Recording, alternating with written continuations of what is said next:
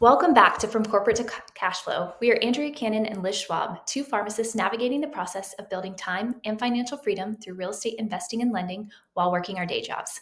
Navigating the journey is difficult, but our podcast guests are experts in showing us how it's done. And today we have Adam Colburn here with us today. Thanks so much, Adam, for joining.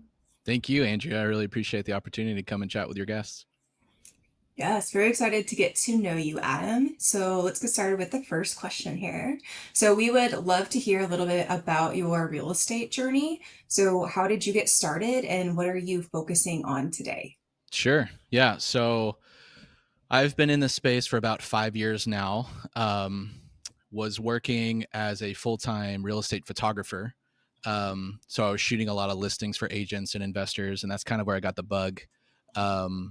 From like watching all the flipping shows and seeing I would see the houses on the front end when they were gross, taking pictures for like inspections, and then when they were renovated and beautiful, and I was like, man, this would be so fun to get into. But at that time, I guess this was about 8 years ago when this happened. My mindset just was not there yet, right? I didn't own my home. Me and my wife are still renting, and I'm like, I don't have enough money to buy my own house. How am I going to start fix and flipping? Like, I don't know where he finds these deals, because you don't find these crummy houses on the MLS. I don't know how he's funding these deals. It was a big imposter syndrome kind of thing for me. And so I'm like, maybe later down the line, I'll figure this out. But right now I'm just going to take the pictures. Right. And so fast forward a couple years, I removed myself from that photography company, left on good terms. I was having my first child, my son Mason, working from home, so I got myself out of the car. Was doing more of an operations manager role, so I was scheduling the other vehicles to go and shoot all the listings and talking with all of the agents, kind of like the liaison for the company. And that was going really great until we started to scale to such a large size where like the growing pains, I was working way more hours than I was getting paid for, right? I'm on salary, but I'm working 100 hours a week, and I'm having to lock myself in my room, my office, so I can actually get work done, because my son Mason is learning how to crawl and he wants to come and hang out with dad. And so I felt like I wasn't a fully engaged employee, because I'm having to like still engage and be a dad, but I'm also not a fully present dad because I have to get work done, right? And so it was like this just tugging from all the directions, and I felt like I just wasn't doing well in any of them. And so I exited that company, went back to a previous employer in the pharmaceutical space doing maintenance work, solely for that kind of structure of time, right? A lot of us, when we first want to get into entrepreneurship, it's time freedom. But for me, I didn't have any work-life balance. It was just work all the time. And so having like a 9 to 5 where when I left work, I could completely remove myself, not think about the people that I'm working with or the work that I'm doing. I can just go and focus on my family. That was way more important to me at that season of life with just small little kids. And so worked there for a few years. I knew the industry. It's like specialized HVAC work is what I was doing, and I had done that for several years before. But it's kind of the same work every day. We work maybe 2 of the 8 hours that we're at work. All my coworkers have been there for 20 plus years, and really all they're doing is watching cat videos on Facebook and watching their 401ks slowly increase, waiting to retire. Right. And so I had maybe 2 or 3 ladder rungs to climb in that organization, and then I'm tapped out for the rest of my career. And that just didn't excite me in any way. Like, I wanted more than 2 weeks paid vacation and a small little 401k match, so that to get to the point where I could actually have some wealth or just flexibility, right? Freedom of finances to go and go on the fun trips with my family, experience places, and just spend that quality time with them. It wasn't going to happen in that space. And so that's when I started diving into various side hustles, and we tried the print on demand t-shirt companies. We did some day trading. We did like the gig economy, like Uber and Lyft, right when those were still a thing. Like, this is all during COVID time. And had various successes with all of them, but nothing that was really moving the needle much. Um, I felt like I was just spinning my wheels, wasting a lot of time learning all these shiny objects. And one night at like 3 in the morning, because I'm super night owl and I had tiny kids. At this point, I have my daughter Gwen. She's a couple months old, and I stumble across a Jerry Norton video talking about wholesaling. And so I think the title was like, how I flipped this piece of paper and made $40,000. And I was like, there's no way. Like, this is a scam for sure. But I've tried everything else. I might as well watch a 15-minute video. Like, what do I have to lose? And so he started to talk about the whole process of finding a distressed seller, locking up a property at a discount, and then taking that paper, selling it to a fix and flipper, like the guys that I used to take pictures for, and making the fee in the middle. And I was like, wow, this sounds like way too easy to be real. But I was still very curious about it. So I started doing more research, started finding local RIA groups or wholesaler groups on Facebook, and randomly just reached out to a guy that I saw was pretty active in the group. And I was like, hey man, I see that it looks like you're doing a lot of these wholesale deals. I'm super interested, but like, can you show me a receipt that you actually made money doing this? Like, is this just a scam that people keep talking about? And it took like 3 or 4 days for him to respond because he doesn't know me, right? It's just some random guy sending him a message. And but he responds and he's like, yeah, I actually just sold a vacant lot in Garner, which is a neighboring town, to us. And he's like, I made 20 grand. Here's the receipt, newbie. And send it to me as proof of concept. And like, obviously we call them closing statements, right? Or HUDs. I didn't know. I just called it a receipt. And he showed it. It sent me a screenshot of it. And so I'm like, wow, okay, this guy actually made real money. I know where that address is. I could look it up. I could go walk it. This is tangible. Okay, so then I just went all in on consuming all the content, all the YouTube videos, all the podcasts and books, networking and stuff. And so probably a month or two into that journey, I found Pace. And obviously the creative finance side of things made a ton of sense for me because I didn't have a lot of money. I'm trying to buy properties with little to no money out of pocket. And obviously just Pace's vibe, his go-giver mentality, I really aligned with. And so I joined the free group, started networking a ton, and actually met my first business partner and still one of my current business partners in the free group. We joined forces, started wholesaling together. That slowly transitioned into cherry picking the best deals so we could fix and flip ourselves. Made all the mistakes in the world, but this is 2022. So even a monkey could make money in real estate. And we made about $65,000 on our first flip. Felt really great about that. Started continuing to scale. And at this point, we're doing 2 to 4 flips at any given time. I structure my flips a little bit differently these days. I only buy creatively, and we can get into that. We still wholesale a handful of deals. And then for my buy and hold portfolio, I focus primarily on sober living homes. So transitional housing for folks that are coming out of recovery. And then I also own this coffee shop that I'm shooting in right now. So it's been Yeah, a whirlwind of 5 years, but it's been fun.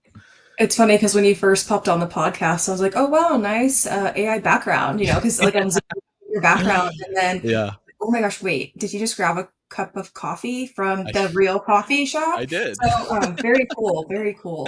Yeah. So tell me again how long it was ago that you decided to start exploring like more Yeah. of the real estate side, and So it I made sounds like the, you're. Oh, sorry, I no, just you're asked you okay. a question to keep talking. No worries. You go ahead. Yeah. I made the leap, like officially started the LLC and just dove headfirst. I think it was October, November of 2020. So right around 5 years from the date of this recording. Okay. And it sounded like based off of what you said that a lot of that came from like time freedoms, like to be more, I don't know, not the word committed, but be able to actually spend the time with your family that you're actually there, right? Yeah. Instead of being there and not being able to be fully present. 100%. Yeah. That just presence, right? Like just being around my kids, especially at such a young age, and it goes so quickly. I have 3 now, and we actually have another one coming next month, which Oh, is really congrats. exciting. Yeah, Thank you yeah. so much. But yeah, and then just building a life that I feel like they deserve, right? Like where we can go where we want, when we want, with who we want, build that legacy for them, and then also just to do things greater than ourselves, right? I'm a man of faith. I want to do stuff in my church. I want to be able to fund missions trips and do other philanthropy type things, but I need money to do that. And working in my corporate job, just being a number on the spreadsheet, I'm not going to be able to achieve those goals. And so getting to that point where if it's not me, then who is going to do it, right? Like I just kind of flipped that switch in my brain, and so now we're full steam ahead. And Yeah. yeah, that was the big driver, is just getting my family to a position where we can actually like thrive. Yeah. Oh, I love it. It's a feel good statement, it just makes you For feel sure. good. Yeah. Yeah. And then I know you mentioned that you buy your fix and flips creatively. So can you tell Mhm. us what your buy box looks like for those? Yeah. So I like to call them subtails. And so a lot of people are familiar with like the novation model, where you kind of partner with a seller, they bring the house, you bring the rehab funds, you do all the work, and then you kind of split the profits on the back end. I like to do it where the seller is not involved as far as like profit sharing. We agree on a price. And so I like to go after more luxury price point homes with a lot of equity. So around 750K ARV and up. And typically these sellers have owned these homes 30, 40 years. They owe very little, if any, on their mortgage, but there's a lot of deferred maintenance, right? So these are seniors that are transitioning into assisted living. Most oftentimes, a lot of other deals that we find are in the pre-foreclosure space where something has gone awry as far as somebody losing a job, divorce, death, something like that. But they have a great asset, but they don't have the ability or the time to invest back into the house to get that highest and best dollar amount. And so if they're willing to give me some time to renovate the home and sell, I can pay them significantly more money than a cash offer. And it works in my favor because now I have to bring significantly less money to the table to hit the profit margin that I'm looking for, right? If I can leverage the debt on the house rather than going out and getting hard money or private money for the purchase and the rehab, all I need to bring is a small down payment for their equity and the rehab money to still hit that same profit margin. I've 3 to 5x my profit margins based on the capital outlay, with way less downside risk because I'm able to leverage that low interest debt. Because even with a 6 or 7% interest mortgage, it's still amortized and significantly less than a 12% interest only loan from a bank that's also on a very short time frame, right? And so it's been great because I can pay the sellers significantly more, 30, 40, even $100,000 on a previous deal, as long as they're willing to give me some time. And so that avatar of the seller with the senior transitioning into assisted living is really like the perfect scenario for me because I know where they're going. I know how much it costs to move into that facility. So it's not an issue as far as like debt to income to buy a new house. Like we want to capture as much of their equity as possible for their sunset years as they're transitioning into that assisted living environment. And so if they're willing to partner with me, essentially, I can capture all of that equity. And so I like to call it equity assurance when I'm talking to these sellers, is that I can give you this price and basically pass off all of those junk fees that I would pay a lender in a hard money scenario and pay the seller because they're letting me basically borrow their interest rate on their loan, if that makes sense. Yeah, no, it definitely does. That's super interesting. And obviously, it's very relevant as people continue to age, and Yep. then transition to those retirement homes. A lot happening during this generation. So Yep. very exciting for you. And then are you doing this throughout the US or are there specific states? So primarily in North Carolina, I live in Raleigh, North Carolina. And so the Triangle area, Raleigh, Durham, Chapel Hill is like kind of my bread and butter area. But the more that we do this, we've been expanding into other markets, even inside the state. A couple hours away, I'm actually working on a house right now that we just put on the market in Havelock, North Carolina, which is about 2 hours away from me. But I have some other partners within the masterminds that we're in Florida, in Georgia, South Carolina, kind of up the southeast as well as Texas. And so if those deals come along, we'll kind of do a JV partnership with other boots on the ground investors that have the crews, but they don't really understand how to structure these deals. And so we can kind of partner in that way, raise the money together, and then ultimately profit a little bit more than the traditional types of deals. So yeah, I don't have like a place that I won't do these deals. Obviously, the numbers have to make sense, but for me and my crew specifically, we pretty much primarily focus on North Carolina.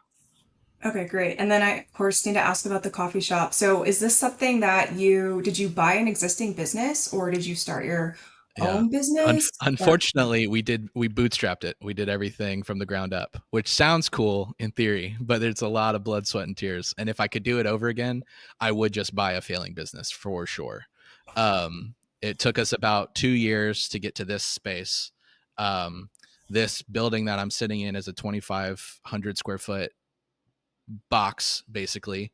We're 15 minutes outside of Raleigh, and when we don't own it, I'm still a tenant.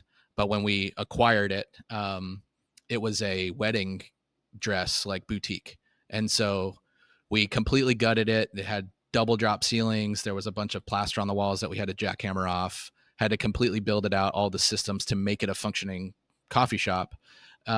Super rewarding now, but it was it was very time intensive and capital intensive to get it to this point.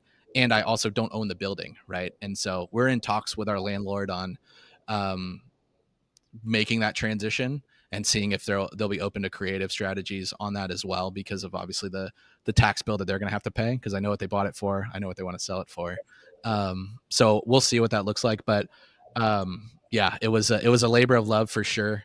The coffee shop's always been a more of a passion project for me. It's never been like a we need to make money in a certain amount of time kind of deal. It's just been a bucket list item since I was 16 years old. I fell in love with the craft coffee kind of world, and always wanted to own a shop. And the opportunity presented itself to me a couple years ago, and I just couldn't say no. I freaking love this because I know this is so many people's dream is just like to open a coffee shop and like do it. And here you are freaking killing it. Like that's amazing. Doing it. Yeah. I feel like I've probably told you that before too, because like it's just so cool to like hear about it. And I know you host meetups there too, We right? do. It's Yeah. just really cool to see how it's like all mixed in together. Yeah, it's been a really awesome like complementary business, because at this point it's self-sustaining, right? I'm not having to shell out more money to keep it open, which is great. We're not really profitable yet, but we've only been open for about a year and a half. And typical kind of run rate for a food and beverage is about 3 years before you actually reach profitability. So we're kind of on par for that. And we're in a small part of town, a tenth, probably less than that, of foot traffic compared to like Raleigh, Mhm. but I'm paying downtown Raleigh rates for my rent, right? So it's like we're up against a lot of difficult factors, but we're still performing. We were just in WRAL, which is a local news publication, top 5 coffee shops in the area, which is awesome. So super proud of that. But being able to bring in the real estate side of things has been really awesome. Like you mentioned, we do hold meetups here pretty frequently. I'm our Chamber of Commerce member, so I get to network with other business owners locally, where we can do some B2B sales, but also there's a lot of business owners that are making a ton of money, but they don't know what to do with it. And so we can turn them into private money lenders on our deals, pay them a high rate of return backed by real estate.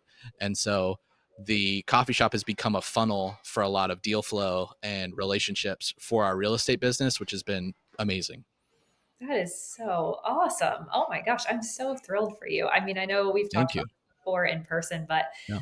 I just love hearing how this is all like working out. I'm curious, you mentioned you're renting still, and if you could go back and do it over again, I don't know that you would know that you were going to be so successful, but like, do you think you wish you would have bought the building, or is that like not even a feasible thing? Like, I don't even know because I. Yeah. So, I mean, I guess I could reverse engineer of kind of how we came into this space. Mhm. Um, the intent was never to just, I didn't wake up one day and say, hey, I want to start a coffee shop. Mhm. Right. It was really, the idea was presented to me. And so one of my business partners, he's like the main equity stakeholder in the coffee shop. His name's Kenneth. He's actually my neighbor across the street.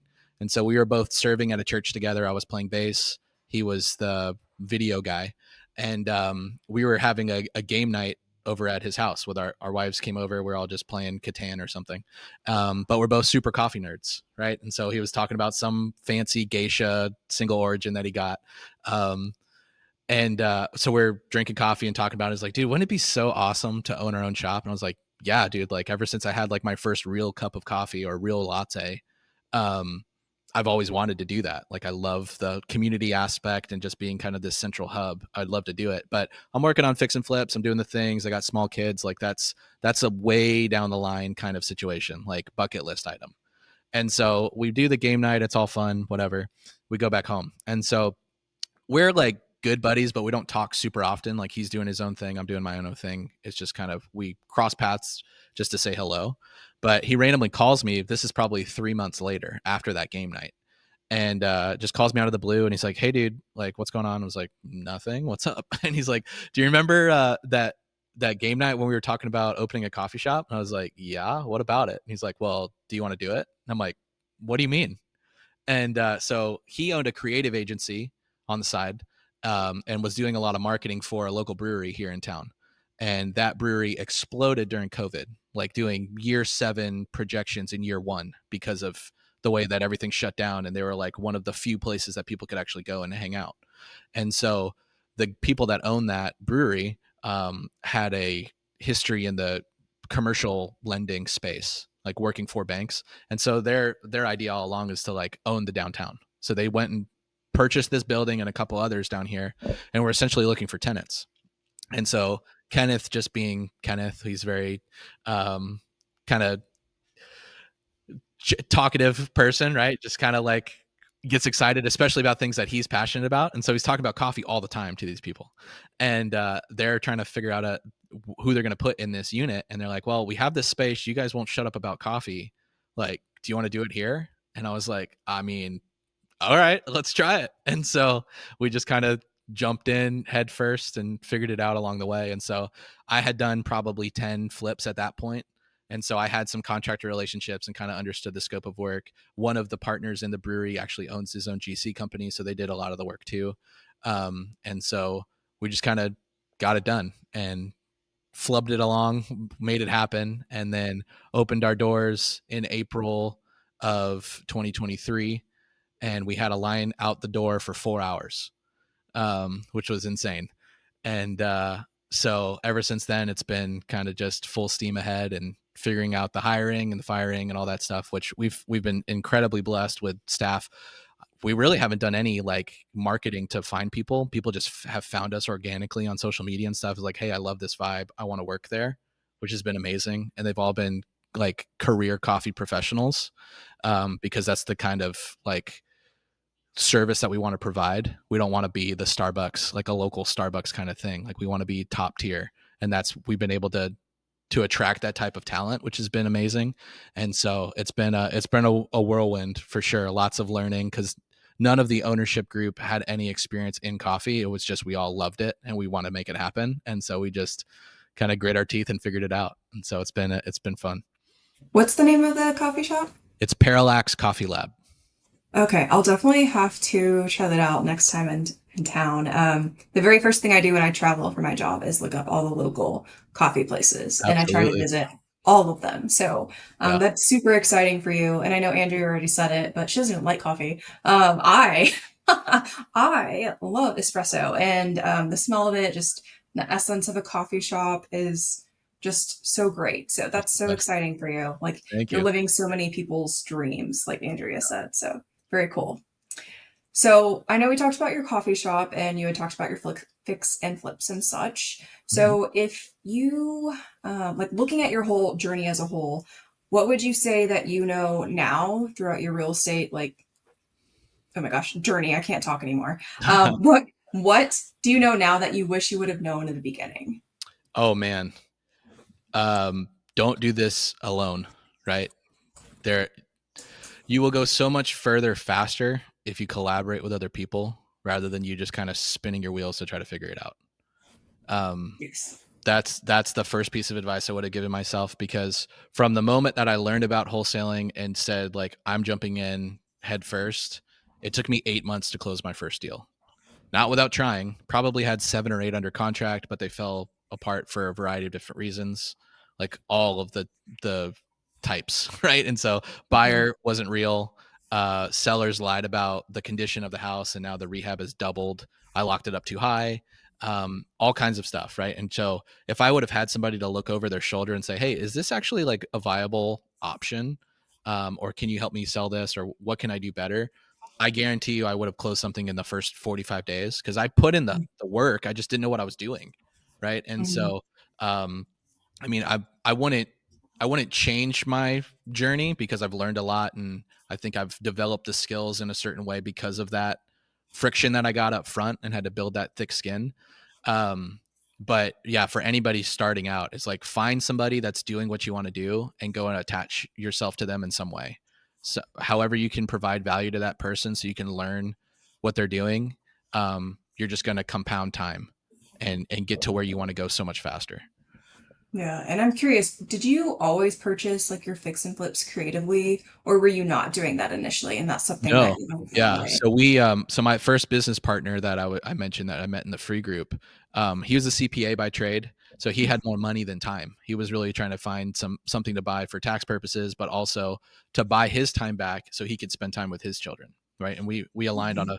a handful of things. That specifically, we're both big hockey lovers. Um, both like to do various other activities, and we just kind of meshed, right? So he's got more money than time, and I approached him as like, hey man, I don't have much of either, but I've got more time than Mhm. you. Like if you fund our marketing efforts, I'll be the one on the phone. I'll lock up the deals. I'll sell the deals, and we'll just split them, right? And so Yeah. once we got to the opportunity to go and flip a house, like I presented it to him and said, hey man, we could make 30 or 40 grand in a wholesale fee, or we could flip this and make 100. And I knew that he had a HELOC on his personal home that he wanted to either buy an investment or flip a house potentially. I was like, it's your money. I'm happy to do whichever way you want to do it because it's profitable either way. What do you want to do? And he's like, dude, let's go. Let's try it. Let's flip. And so we used his HELOC money for that first deal. We've used that cash a handful of times, just recycling it. And I think we did 3 or 4 deals with hard money lenders, but there was a lot of brain damage working with them. And we lost out on several deals, like 6-figure potential Oh. flips, because hard money lenders were promising the world and just not delivering. And so once I figured out this strategy of the creative acquisition where I could beat out my competition by paying my sellers more money, but I also have to bring way less money to the table where I can just Mhm. utilize a couple PMLs that have some cash sitting on the side and they want to make a high rate of return, then it was a win-win-win for everybody. Now that my eyes are open to that, I can't go back to cash. Right. And Mhm. so that's kind of been the transition from the first flips that we did was all either personal or hard money to moving over to leveraging debt from the sellers, but then also raising the funds for the rehabs. Yeah, and I know you talked about maybe people misrepresenting the condition of a house. So you Oh yeah. purchase it and then you have to put more money into it. Yep. So can you tell us, maybe walk us through one of like a bad case of a fix and flip for you? Sure. Yeah. Man, how much time do we have? um, That's a common response. Yeah. Yeah, probably. I mean, the one that hurt the most, there was also like a very shady partner in it. So we lost a lot of money on this deal. But the big thing, I bought 3 houses from this one seller off of one postcard, which I was very excited about. We wholesaled one, we had another one funded, and I had this third house sitting out kind of in the open. And so we figured out the funding, um, buy the house. The plan was just to do a wholesale, right? Clean it out, maybe replace the kitchen cabinets, put a fresh coat of paint on it, and sell it on the market. Mhm. Not push for ARV, not go crazy, but just in and out, make like 30, 40 grand in 90 days. Like, great deal, right? And so I get my contractor out there to figure out scope of work. This is about 3 weeks into the project. He randomly calls me. He's like, dude, you got to get over here right away.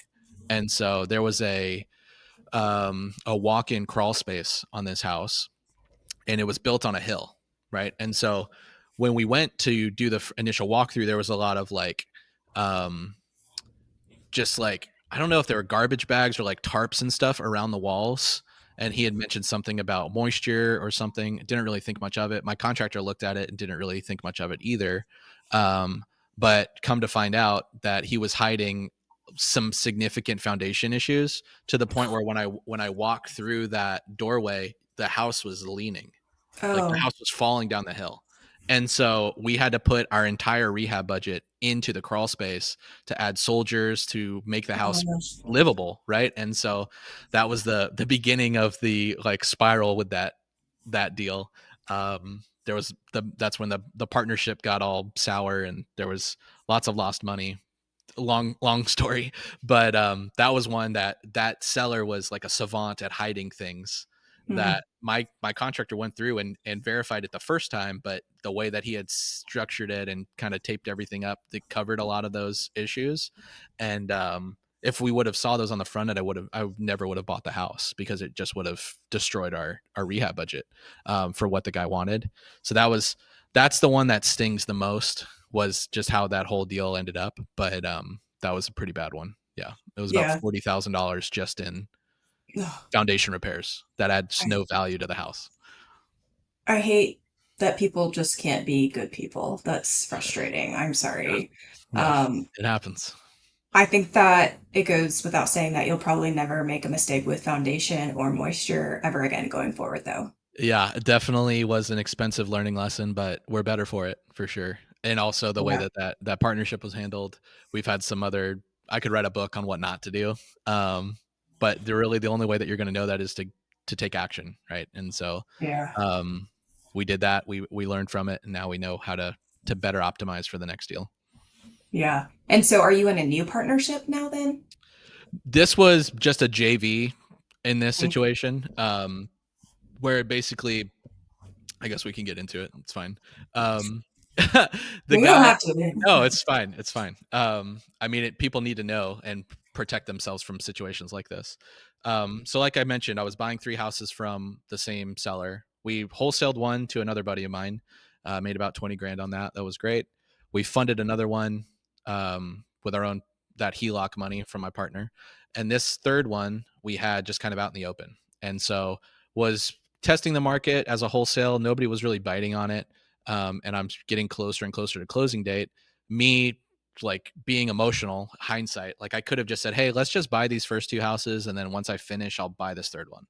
But I was like, oh, if I don't close all 3 at the same time, he's going to blow up the deal. He's not going to do business with me. He has 7 other houses that I want to buy, like, thinking long term. And all these like crazy thoughts are flowing through my head.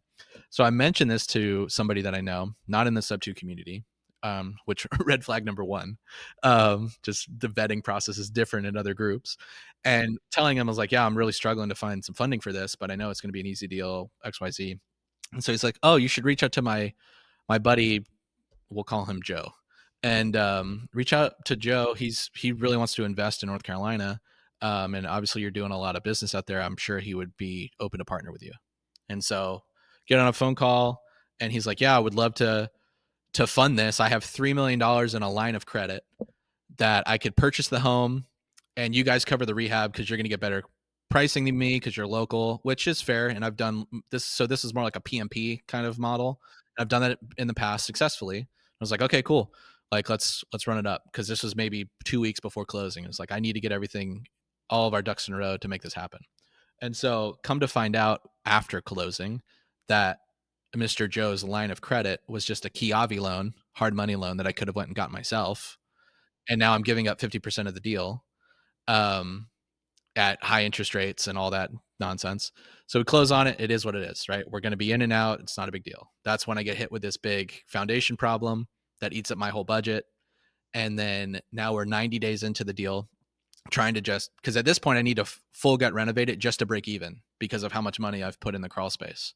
And now I really need to push for ARV so we can get out from under this deal.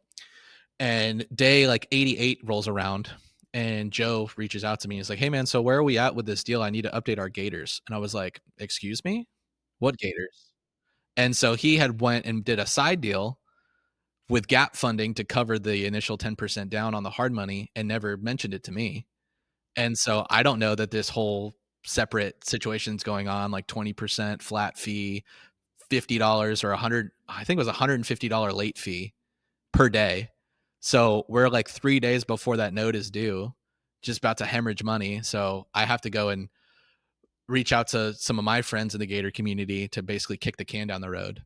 Um, and they trusted me to make it happen. So we did that. We continue the flip. We get to the end stage.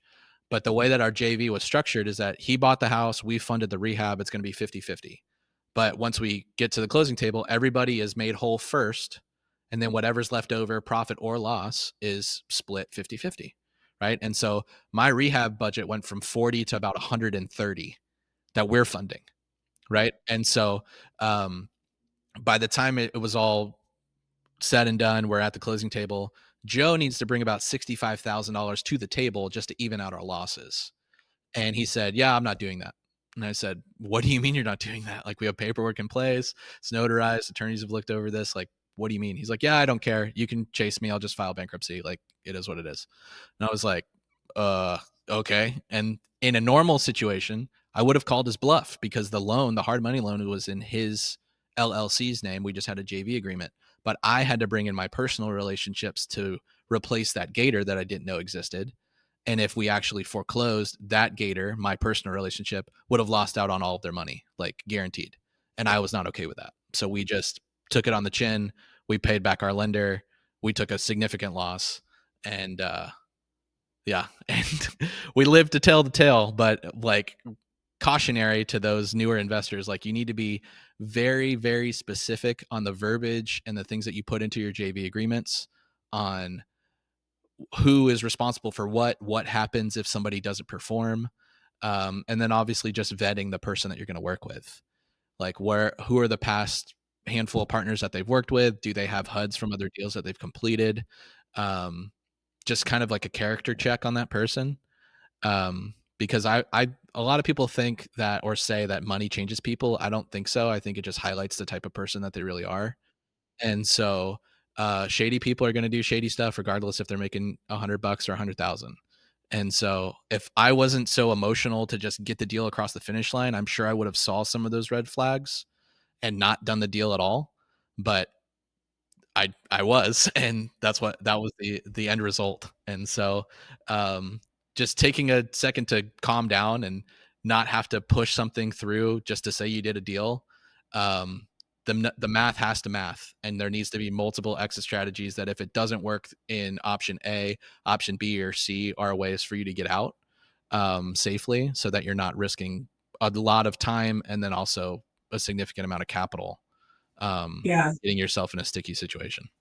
Yeah, well, thank you, first of all, for sharing that and being Yeah. super transparent. I think it's important that people share both their wins and losses, but I think sometimes people aren't as vocal about sharing the losses that Yeah. transpire.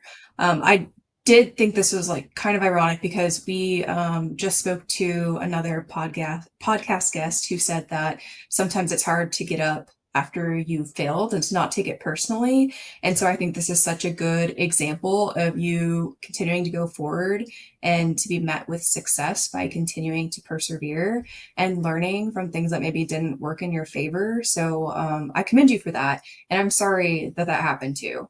Thank you. Um, I appreciate it. but it's obvious that, you learned, or, even if it's not like something that you did, right? Like other people who weren't acting in a way Yeah. that they should have been acting and not in an ethical way. Right. Um, but surely you've learned from other how to vet people, right? Because even that's like there's so much that you can learn just from hearing this, right? And how to appropriately vet people. And you're right that money probably doesn't change people. It just exemplifies how they actually are. And I Yep. think that is so true. And the other thing that I want to point out is the statement that you made about having like an emotional reaction. I can very much so relate to that too.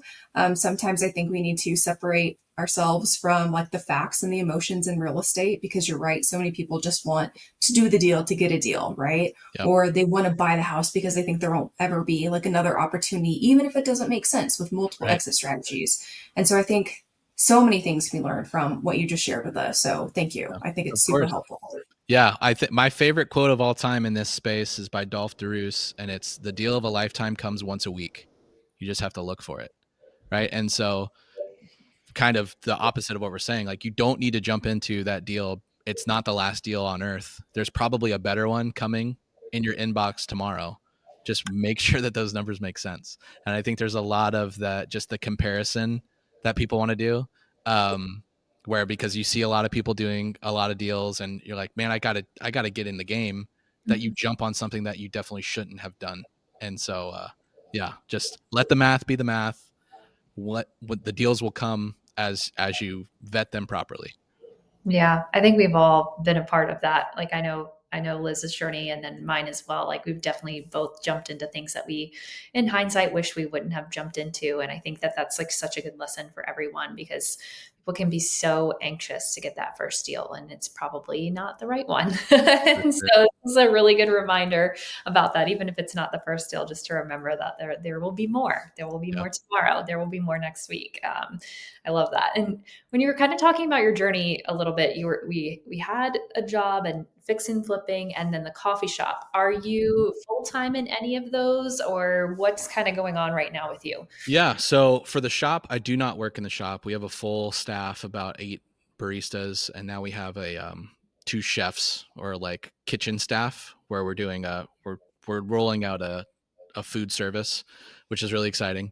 I work maybe 1 shift a quarter just because I love it. Like, if all things were equal, I would love to hang at the shop just because I like being here.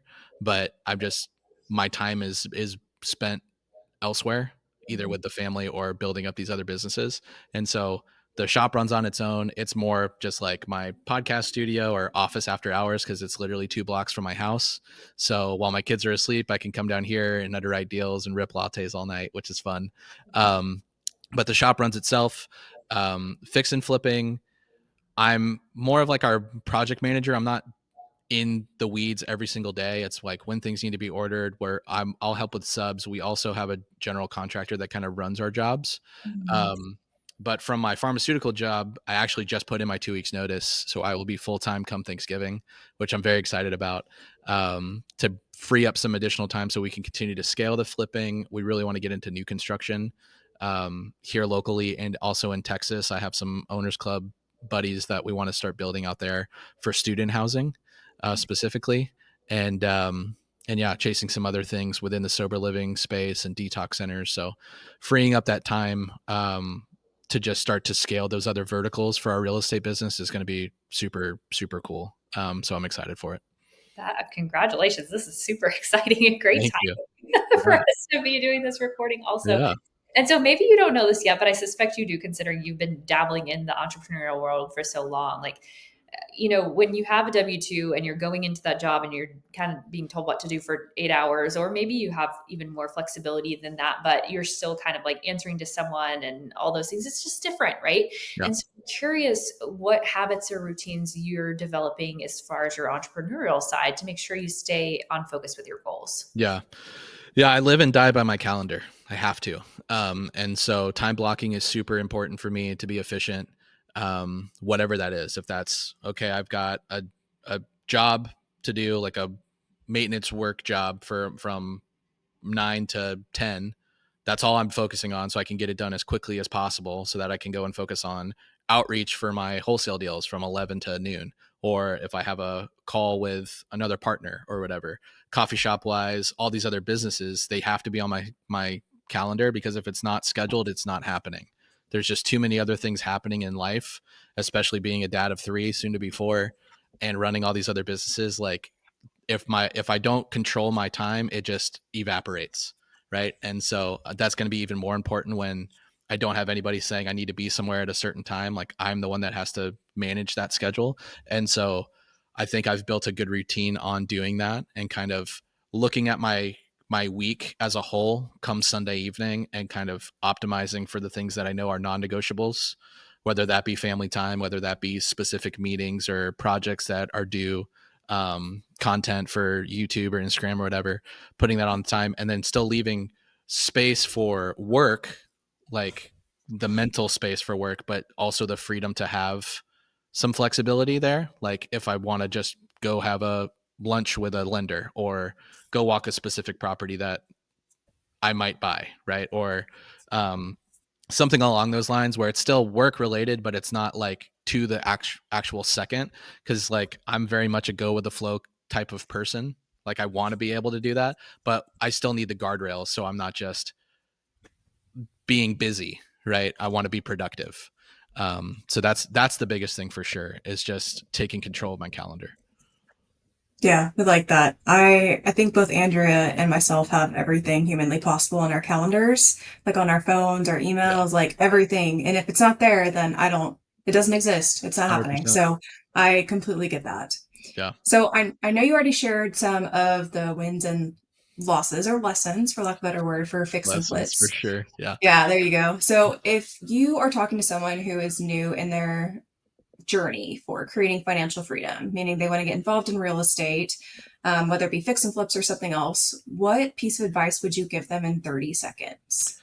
Yeah, I think the biggest thing, like I talked earlier, I would go and work for somebody else, join a team, or find a mentor, whether that be local or that be joining like a paid mentorship or community. Obviously, I'm very biased for sub two, for that community. I've never found a resource like that in my journey, and Owners Club even further, for like mastermind. But just attach yourself to people that are doing what you want to do and bring value to them. If that means going and buying them coffee or just making phone calls for them, helping them clean out their inbox, whatever it is, like, your time is valuable, because high producing like entrepreneurs, that's the one thing that they can't buy, is their time.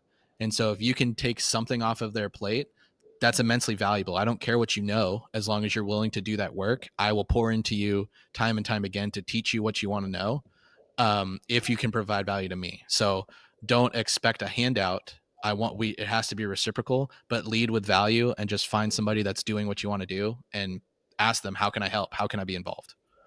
Yeah. I love that. And especially when you do that, you have a less likelihood of making those same mistakes that those people made, right? Because For sure. you're able to walk them through your JV agreement and show them like, hey, this is the example of before how I was, doing it and structuring it. And then this is the mistake that happened, right? I guarantee you that there's plenty of people that don't know that and are trying to get into real estate. And almost everyone wants to do fix and flipping at the beginning, I feel Yeah. like. So for some reason that missed me completely because Yeah. I'm not into that at all. Well, I But mean, it looks sexy on TV, and you got the Property Brothers and all these fun shows, Chip and Joanna, and like the end product, the end result is super rewarding. But like those stressful nights when the contractor called out, or somebody ran off with your money, or you can't find the material, and now I've driven 6 hours one way to pick up a vanity because we already had the other vanities in every other bathroom, but there was none in the state. I had to drive all the way to Virginia to get it. Like I've done those kind of crazy things. yeah, And so like nobody sees that in the background. They just see an ugly house to a beautiful house, and then we made money in between. But it's like you got to be you got to be built different to flip at a high level for sure. yeah, I think maybe that's just not me. We had a partnership discussion on a property we were looking to wholesale, and they were like, "Yeah, okay, so we can make 30,000 as a wholesale fee, or we can make 50, or maybe it's 50 to 70." And I was like, "Bro, 30 all day." Yeah. If it's not triple, then I'm not even thinking about it. Yeah. I'm gonna remind them of that The guaranteed cash in your bank account is worth so much more than the potential profit, especially in a market like we're in. Like you never know. right? It's not 2022 anymore, and you can't just hold something and it be worth $50,000 more next month. Like it's not that way. So you Yeah. have to really know your numbers. No, that's a good reminder. Thank you so much for that. Sure. Well, I know you've got the new baby on the way, so maybe this Yeah. question is not as valid, but maybe it is nonetheless. So me and Liz's goal is to travel, explore the outside, and have fun while we're building our wealth at the same time. Do you have any bucket list things upcoming? I normally say the next year, but Yeah. I mean, upcoming, I really want to go to Zion National Park. That's been on my list for a long time. Like I said, I was a photographer long ago for real estate, but I've been a professional photographer for probably 20 years at this point. And just love doing like nightscapes and shooting the stars and stuff. So just going and geeking out in the woods is like my favorite thing to do, like hobby wise. Realistically, am I going to do that with 3 tiny kids? Probably not. But that's on my list of things to do. Maybe if we can get like an OC retreat scheduled out close to there, like obviously Squad Up Summit's coming in March, and so that'll be fun to get to Colorado again. But um, yeah, I just in the season of life that we're in, I definitely want to travel more than my wife does, and trying to make it work as a family with from a 7-year-old to a 3-year-old is difficult. So several years down the line, that's the goal. But I would love to just rent an RV and just drive out and check out all the national parks. Like that would be probably my favorite vacation. yeah, Something like that. Just taking it slow and checking out all the scenery because there's so much to offer in the States. yeah. And we haven't seen not even a quarter of it. So Yeah, and Utah is so beautiful. Liz and I are both so fortunate to be out west and spent a lot of time in Zion National Park. So yeah, that is a really good one to have on the top of the list. And let me know if you want to come out. I have a place in like that general area. So amazing. Definitely will let you know. Yeah, we just closed on it pretty recently. So that's I'm awesome. super excited about it. It's like in the St. George area. So Very cool. yeah, it's a good one. So thinking about just going forward, if people want to get in touch with you and want to work with you, what would be the best way for them to do Yeah, best way probably Instagram. And my handle is at the Adam Colburn. You can see it here on the name tag here on the StreamYard. But my YouTube channel is the same at the Adam Colburn. I also have a website if you're looking to work on a team. If you have deals that you're looking for buyers, or you have money that you want to place, it's just adamsbuybox.com. Um, so you can go check that out, schedule a call. Would love to see how we could work together. Or yeah, just shoot me a DM on Instagram. Tell me that Andrea and Liz sent you, and I'll be sure to take good care of you. I love it. I love it so much. I think you are really so inspirational with all your journey. Like, I love that you've mixed in, a W-2. You've gone kind of back and forth a little bit. You've got this flipping the coffee thing. I mean, like Liz said, I'm not into coffee, but I love the fact that you're doing this. It's like the coolest thing ever. Like, Thank I you. mean, it is just, I know how many people's dreams that is. And it's so cool to see you living it and just being as down to earth and obviously honest and transparent as you are. Just really appreciate having you on here and getting to learn from you and your journey. Thank you so much. I appreciate it. Yeah. And with that, we appreciate you for tuning into this week's episode of From Corporate to Cashflow. We will catch you next week. Hey, it's Andrea. Thanks so much for listening to this episode. If you liked it, I'd love it if you hit subscribe. Thanks so much.